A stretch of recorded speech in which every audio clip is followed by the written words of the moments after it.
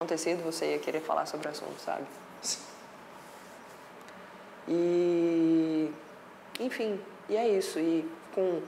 Não tem como eu simplesmente falar pra você que isso foi uma coisa que passou e que passou no sentido assim, você conversou comigo, a gente zerou lógico. e de agora pra frente... Foi o que eu te expliquei, não da é agora tampar pra um frente, sol com a peneira ou apagar uma coisa que já sei. aconteceu. Eu deixei bem assim, claro uma coisa isso. não anula a outra, mas eu gosto muito de zerar as coisas. Porque, por exemplo, se tivesse acontecido lá fora alguma coisa entre a gente tivesse tido aquela conversa e tal, o que ia acontecer se a sequência das coisas tivessem sido essa...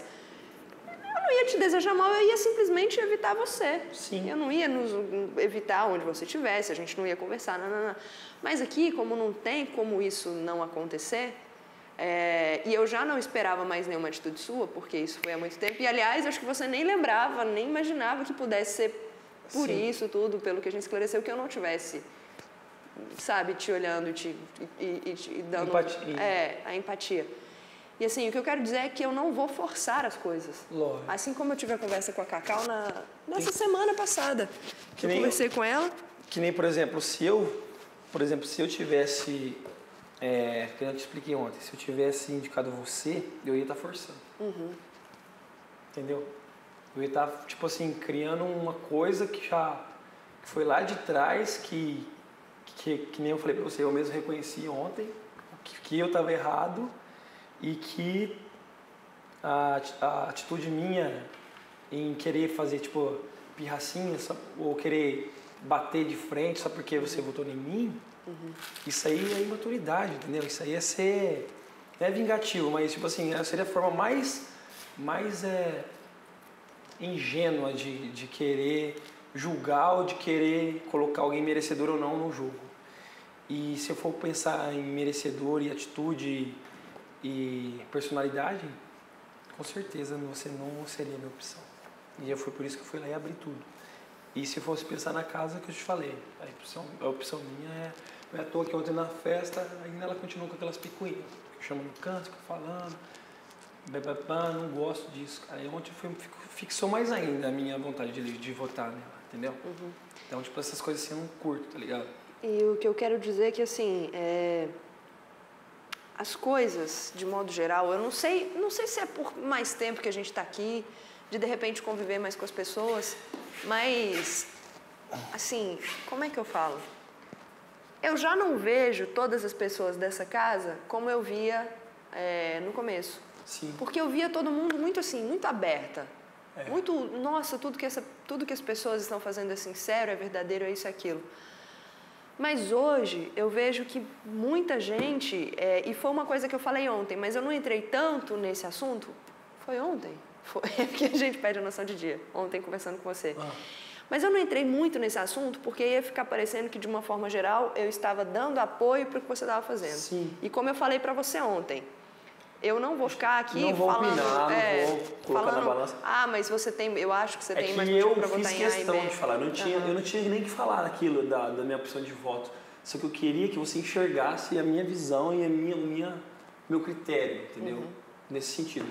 Já que eu deixei uma coisa lá atrás pendente, queria que você visualizasse como eu sou hoje, entendeu?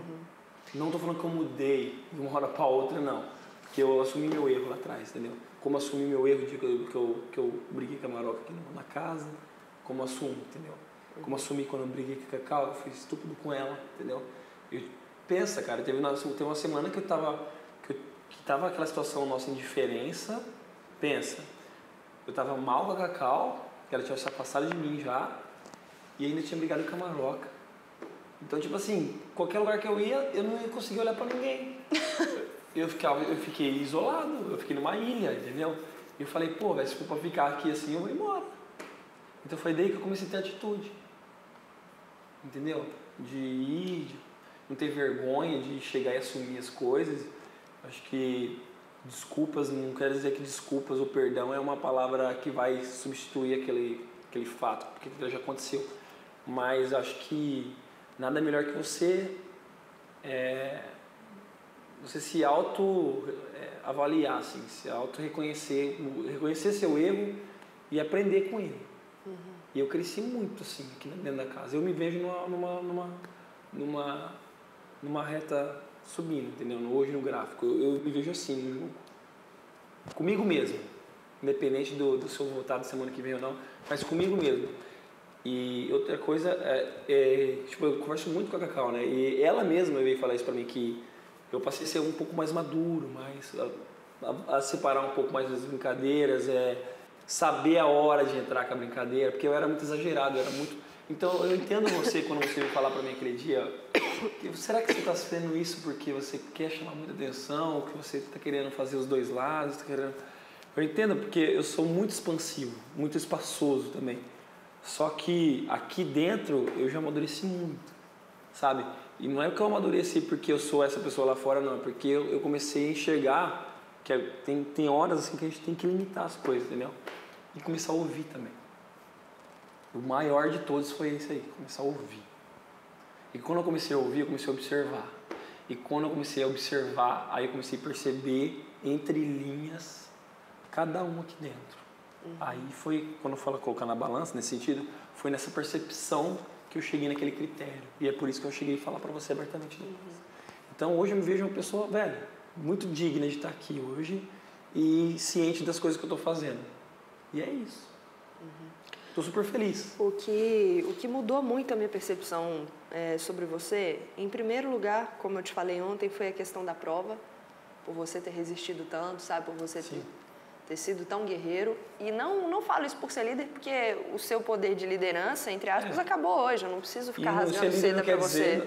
Quase nada. Mas aquele fato me fez te respeitar muito.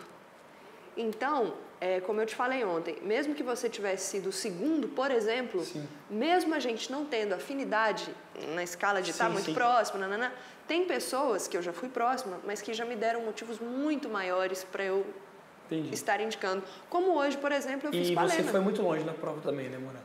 Você foi bem também. Cara, eu tentei, mas eu vou te falar a verdade, eu queria ser líder para ter fotinhas no meu quarto. Juro por Deus. Eu não tenho nenhuma foto de família, eu não tenho nenhuma foto de ninguém aqui. E eu achei que isso não ia me fazer falta, mas está fazendo muita falta. Mas eu não quis trazer de ninguém, porque tipo, eu não queria trazer de uma pessoa. E eu trazer de uma pessoa da minha família e outras pessoas. Falar, mas por que levou só daquela? Sabe? Inclusive, teve vários momentos da prova que eu e a Fernanda, a gente quase entrou em acordo, entendeu? Que estava muito sofrido. Só que eu falei pra ela, Fernanda, às vezes parecia que eu estava sendo estúpido com ela, mas não era. Que, tipo assim, eu já estava 2 dias, todo mundo aqui de cima já sabia, já fazia 2 dias que eu não estava preparando para aquela prova. Então, tipo assim, a minha cabeça já estava que eu ia sangrar ali em cima, mas não ia sair, entendeu? É psicológico, não é o físico daí, entendeu?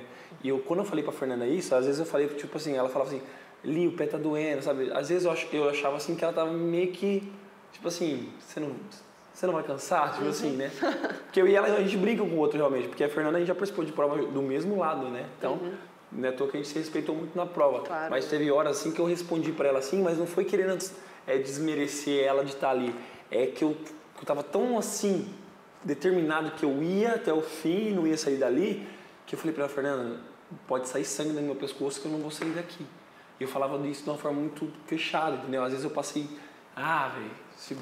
mas isso também nem preocupa, cara, porque eu nem brinco em mas prova. tô falando assim, pra quem tava ouvindo, na hora, parece que eu tava fazendo isso pro psicológico dela cair, pra ela ver que eu não ia desistir. Que eu não ia desistir, mano. Aquela prova ali, eu ia até desmaiar. Eu falei que eu ia até desmaiar e eu precisava pegar a liderança, precisava provar pra mim mesmo que eu posso, entendeu?